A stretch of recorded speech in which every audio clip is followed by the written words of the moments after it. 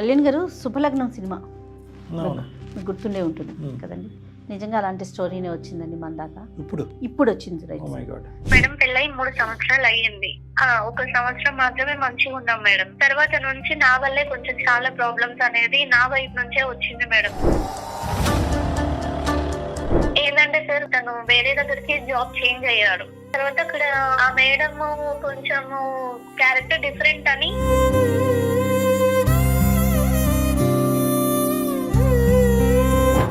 24 గంటలు ఆమెతోనే మాట్లాడతాడు. మరి ఆవిడతో మాట్లాడుతూనే కదమ్మా కూలర్ ఇవన్నీ వాషింగ్ వచ్చాయి. మెషిన్ వచ్చేది.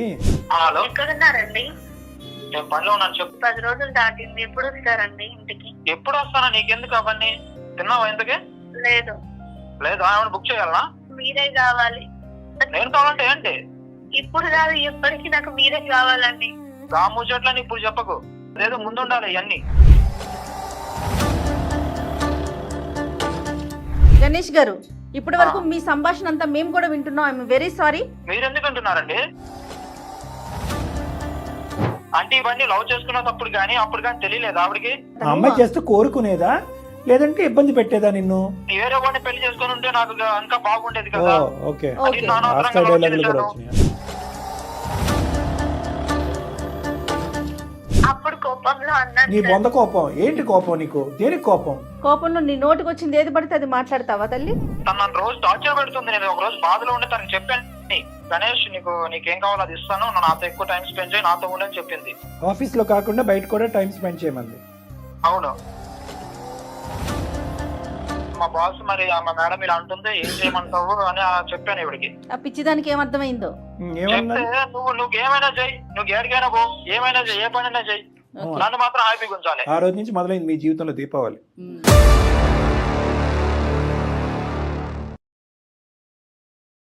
గ్లాసుడైన చాలు నందిని పాలు, కడివిడైన నేమి కల్తీ పాలు. నందిని డైరీ. నందిని మిల్క్ సమర్పించు అందమైన జీవితం కార్యక్రమానికి స్వాగతం. నమస్తే కళ్యాణ్ గారు.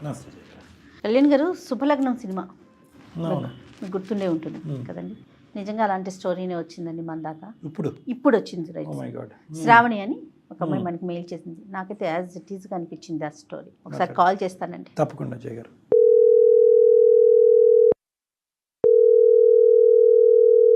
హలో, హలో, నమస్తే అండి. శ్రావణి గారండి? అవునండి. ఎవరండి మీరు?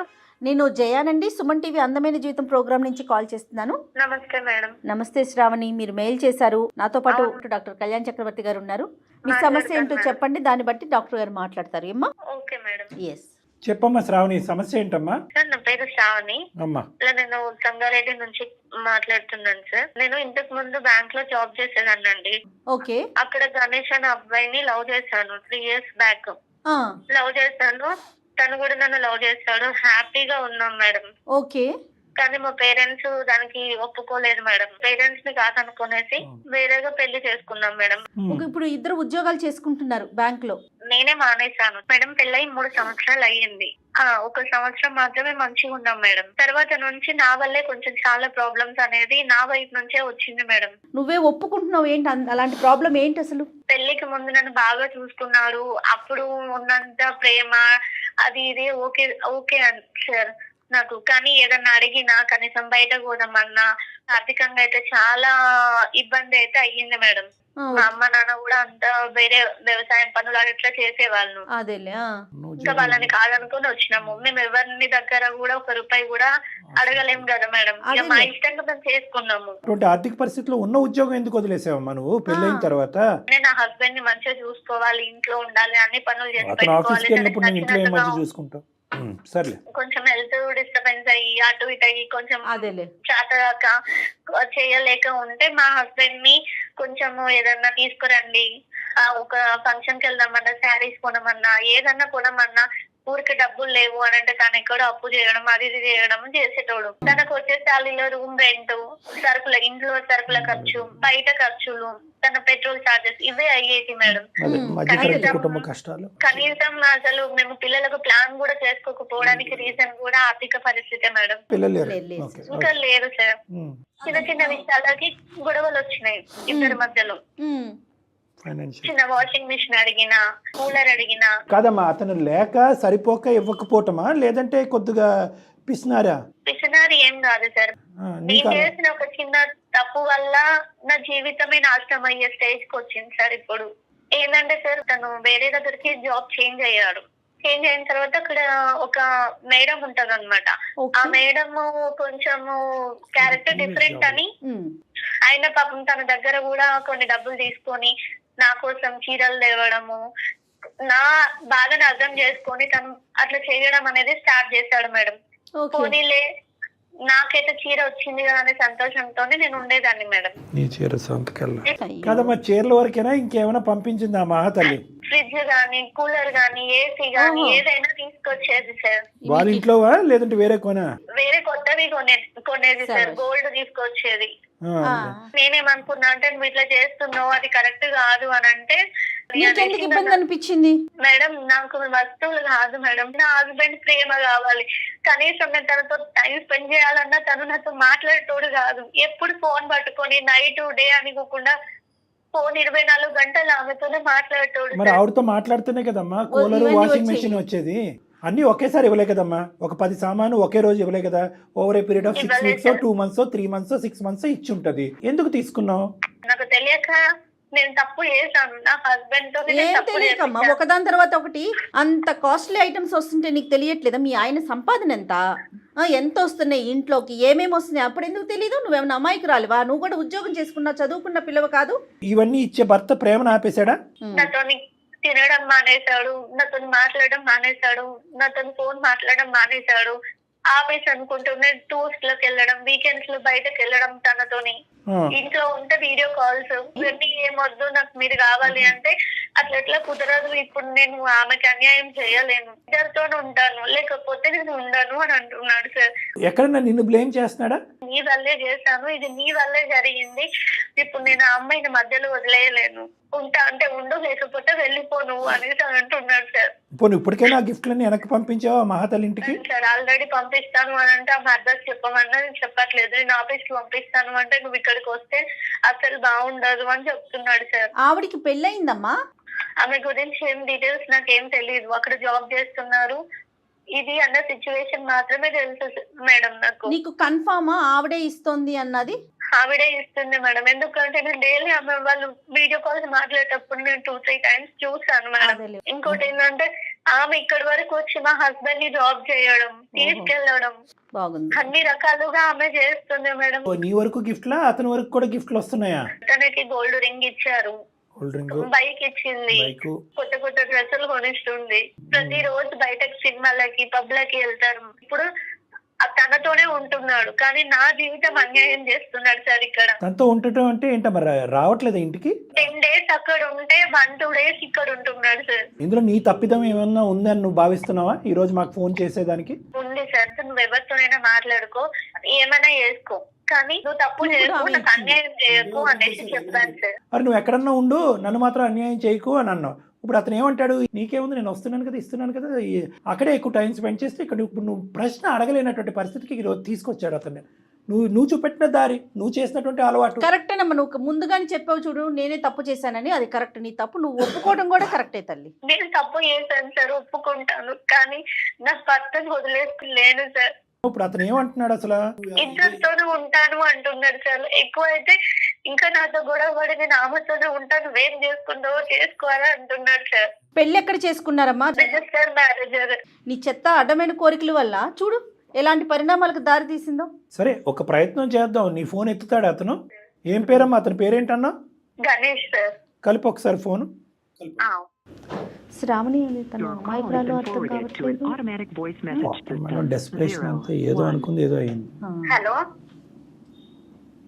హలో హలో, ఎక్కడున్నారండి? నేను పనిలో ఉన్నాను, చెప్పు. 10 రోజులు దాటింది, ఎప్పుడు వస్తారండి ఇంటికి? ఎప్పుడు వస్తానా, నీకెందుకు అవన్నీ? తిన్నావా ఇంతకే? లేదు. లేదు, ఏమైనా బుక్ చేయాలనా? ఏమొద్దు. ఇంకేంటి? మీరు ఎప్పుడు వస్తారు అది చెప్పండి. నీకేం కావాలో చెప్పు, అది బుక్ చేస్తా. మీరే కావాలి. నేను కావాలంటే ఏంటి? ఇప్పుడు కాదు, ఎప్పటికీ నాకు మీరే కావాలండి.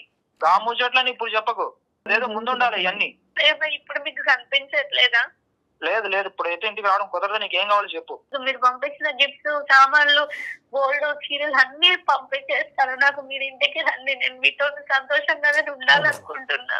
నాకు మీరు అన్యాయం చేయకండి. ఒకసారి నా మాట ఎవరికి వినండి. అన్యాయం చేయను. ఇది నీకు ఇది మొత్తం ముందే తెలిసి ఉండాలి. ఇప్పుడు చెప్తే అవ్వదు. అది అర్థమైందా? ఇప్పుడు దూరం పెడుతున్నారు, ఇప్పుడు అర్థం చేసుకోవట్లేదు. అర్థం చేసుకోలేదంటే నీ కోసమే కదా నేను చేస్తుంది. ఓహో. నా కోసం నాకు అవన్నీ ఏమొద్దు, నాకు మీరే కావాలి. నేను కావాలంటే ఇది ముందు తెలీదా నీకు? నాకు మీరు ఏం చెప్పిండ్రు? ఇప్పుడు నీకేం కావాలో చెప్పు. శారీస్ కావాలనా లేకపోతే ఇంకేం కావాలి చెప్పు, తీసుకొస్తాను, నాకు పంపిస్తాను. అవన్నీ నాకు అవసరం లేదు. నాకు మీ ప్రేమ కావాలి. నేను మీ ఇద్దరు జీవితాంతం ఉండాలి, అంతే. గణేష్ గారు హలో, నమస్తే అండి. నేను జయానండి, సుమన్ టీవీ నుంచి మాట్లాడుతున్నాను. సుమన్ టీవీ నుంచా? సుమన్ టీవీ నుంచి అందమైన జీవితం ప్రోగ్రామ్ నుంచి మాట్లాడుతున్నా. నాతో పాటు డాక్టర్ కళ్యాణ్ చక్రవర్తి గారు కూడా ఉన్నారు. ఇప్పటి వరకు మీ సంభాషణ అంతా మేము కూడా వింటున్నాం. I'm very sorry. మీరు ఎందుకు అంటున్నారండి? మా సారీ మేము వెనక్కి తీసేసుకుంటున్నాం. మరి మేమే మీకు సారీ చెప్పాల్సిన అవసరం లేదు. అసలు కాదయ్యా, రెండు ప్రశ్నలు. మిమ్మల్ని ఎవరు కాంటాక్ట్ అయ్యారు? లేదు, ఆవిడ కాంటాక్ట్ అయ్యి మాకెందుకో చెప్తారు. విను ఒక్క నిమిషం. పాత్ర ఏంటి, మా పాత్రదారులు ఏ విధంగా మేము పాత్రదారులు, ఇవన్నీ కూడా చెప్తాం. కానీ 2 ప్రశ్నలకి సమాధానం చెప్పాలి మీరు.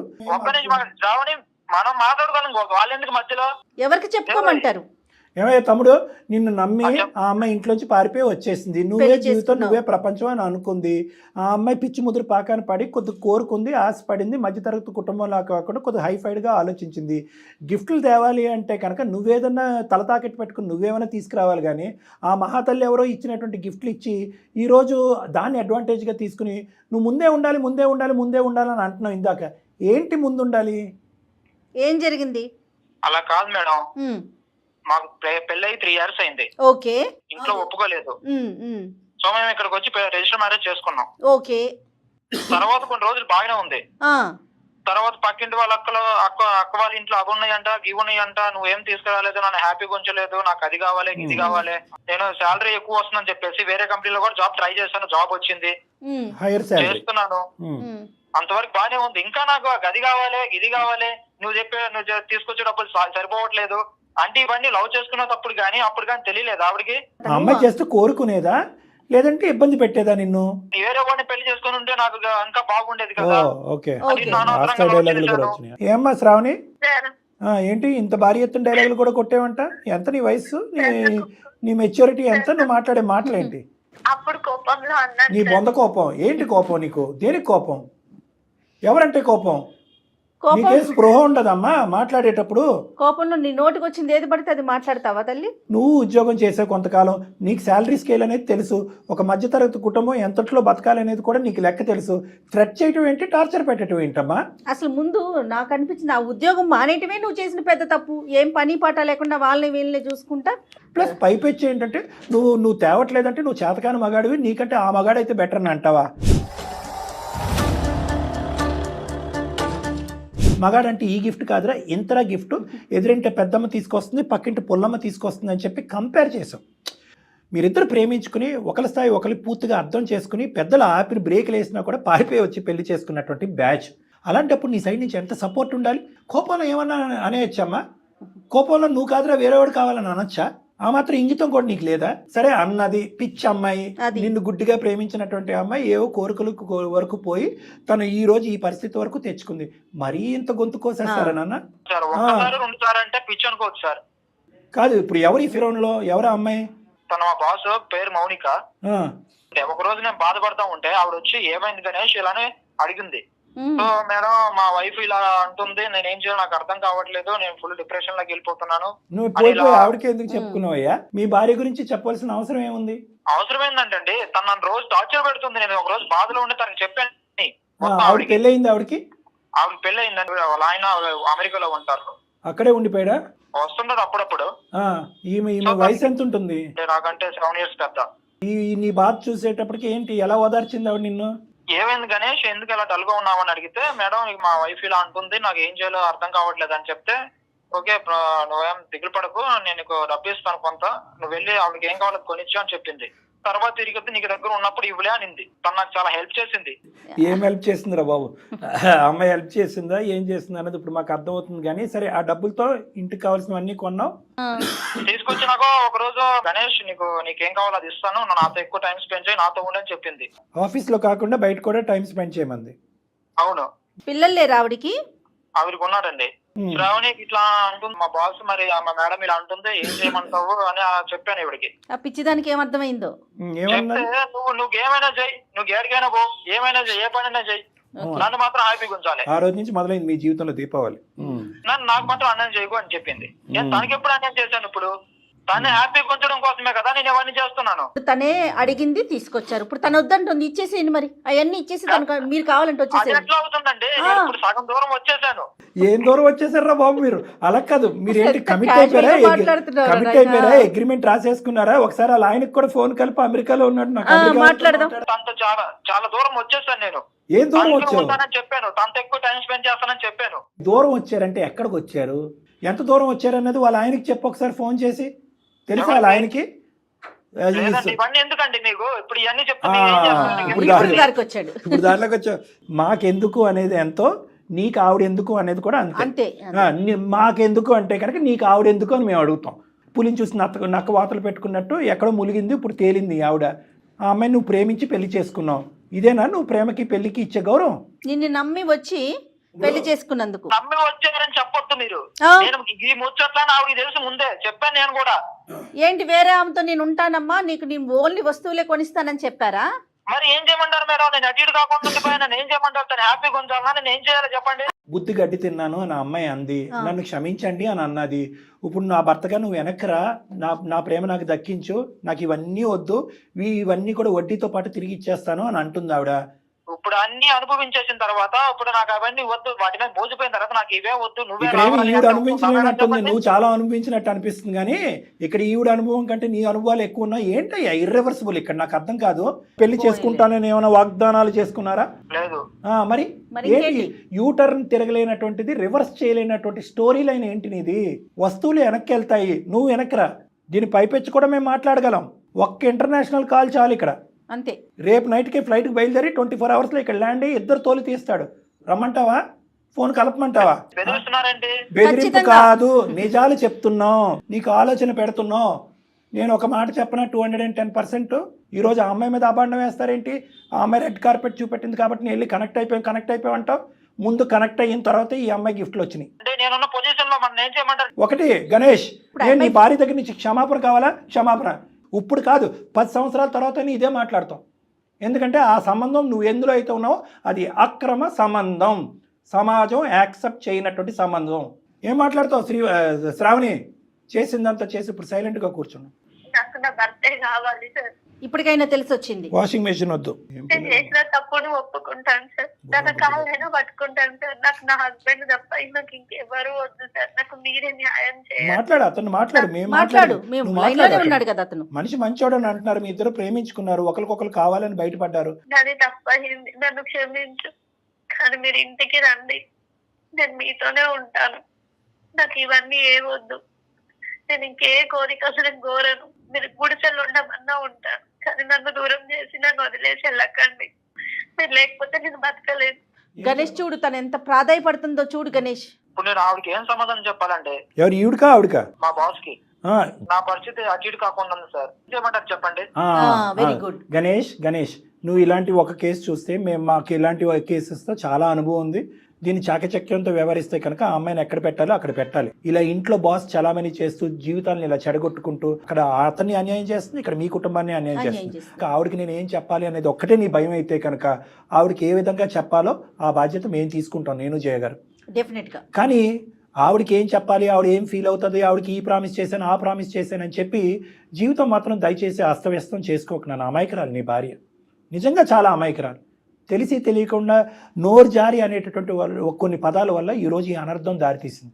ఆ అమ్మాయి తన తప్పు తెలుసుకుంది. ఈరోజు కోరికలు కాదు కదా, అసలు కోరిక అంటే ఏంటి అనేటటువంటిది కూడా అమ్మాయి మర్చిపోయే పరిస్థితిలో ఉంది. ఈరోజు బాగా ఆ అమ్మాయికి అర్థమైంది. కాబట్టి ఒక స్వచ్ఛమైనటువంటి ప్రేమ ఎల్లకాలం ఉంటుంది అనేటటువంటి గాఢమైన నమ్మకం ఉందనన్న. ఒక చిన్న తప్పు జీవితాన్ని మార్చేసింది. తక్షణమే నువ్వు ఇంకో కంపెనీ చూసుకుని అందులోకి ఉద్యోగం మారటం అనేటటువంటిది కూడా ఇంపార్టెంట్. నా వైఫ్. ఉమ్, ఉమ్. తను ఇప్పుడు ఏం చెప్పింది, తను నాకేం వద్దు మీతోనే ఉంటానని చెప్పింది అదేలే కదా. కమిట్మెంట్ కి ఓకే అయితే ఓకే. తనతో కూడా మళ్ళీ మాట్లాడదామమ్మా, మేము మళ్ళీ పర్సనల్ గా కూడా మాట్లాడి అమ్మాయి అలాగే మంచిదమ్మా, ఉంటే నాకేం తెలియని తను ప్రాబ్లం అంతే. లేదండి. ఇద్దరిని రమ్మనండి మేడం. ఇద్దరు రండి ఒకసారి, సరేనండి. మీరిద్దరు ఒకసారి వచ్చారంటే డాక్టర్ గారితో కూర్చొని ఒకసారి మాట్లాడితే దాన్ని సార్ట్అవుట్ చేసుకోవచ్చు. ఇమీడియట్ గా ఆ అమ్మాయికి సంబంధించినటువంటి మొత్తం సామగ్రి ఆ అమ్మాయి ఇంటికి మనం ఇంకా వెయిట్ పంపించాలి. చేయొద్దు మీరు. వద్దు, వెయిట్ చేయొద్దు. ఇది తక్షణ చర్య. రేపొద్దున ఇంకో టోన్ మార్చచ్చు, చీటింగ్ అనొచ్చు, ఇది కాదు ఇంకా తీసుకున్నాడు అనొచ్చు. అప్పుడు వేరే సమస్యల్లో మీరిద్దరు అమాయకులు ఇద్దరు ఇరుక్కుపోతారు. కాబట్టి ఆ అమ్మాయి కంపల్సరీగా సెకండరీ ఎజెండా ఉంది. ఆ అమ్మాయి చాలా మ్యానిపులేటివ్ అండ్ కన్నింగ్ అన్నట్టుగా నేను అనుకుంటున్నాను. అక్కడ తన జీవితాన్ని ఎలా నాశనం చేసుకుంటుందో మనకు అనవసరం, కానీ మీ జీవితాన్ని ఫర్దర్గా నాశనం చేయకూడదు అంటే ఎటువంటి లావాదేవీ ఉండకూడదు. సార్ వచ్చి మిమ్మల్ని కలుస్తాను. ఉమ్, ఉమ్. ఎదురు రండి. ఇద్దరు రండి. ఇద్దరం వస్తాం. ఉమ్. Done done done. ఓకే అమ్మా శ్రావణి, థ్యాంక్ యూ మేడం. మీ ఆయన వచ్చేస్తాడు ఇంటికి, నువ్వు don't worry. Okay madam. Bye అమ్మా, బాయ్. పోతాయి. ముందు ఆ అమ్మాయిని కట్ చేయాలి మేడం. ఎందుకంటే సోనియానే ఆ అమ్మాయి ఏ ఉద్దేశంతో ఎంటర్ అయింది, అంత ఈజీగా స్మూత్ గా బయటకు వెళ్తుందా లేదా అన్నది మనం Yes, yes. క్యాలిక్యులేట్ చేయాలి. అదే ఆ అబ్బాయి భయపడుతున్నాడు. అవునవును, సో అది కొంచెం టఫ్ టాస్క్. ఆ స్మూత్ ట్రాన్సిషన్ గానీ మనం ఫెసిలిటేట్ చేయగలిగితే కనుక వీళ్ళు హ్యాపీగా ఉంటారు. రైట్ కళ్యాణ్ గారు, ఇంకొక ఎపిసోడ్ లో మళ్ళీ కలుద్దాం. నమస్తే అండి. నమస్తే మేడం.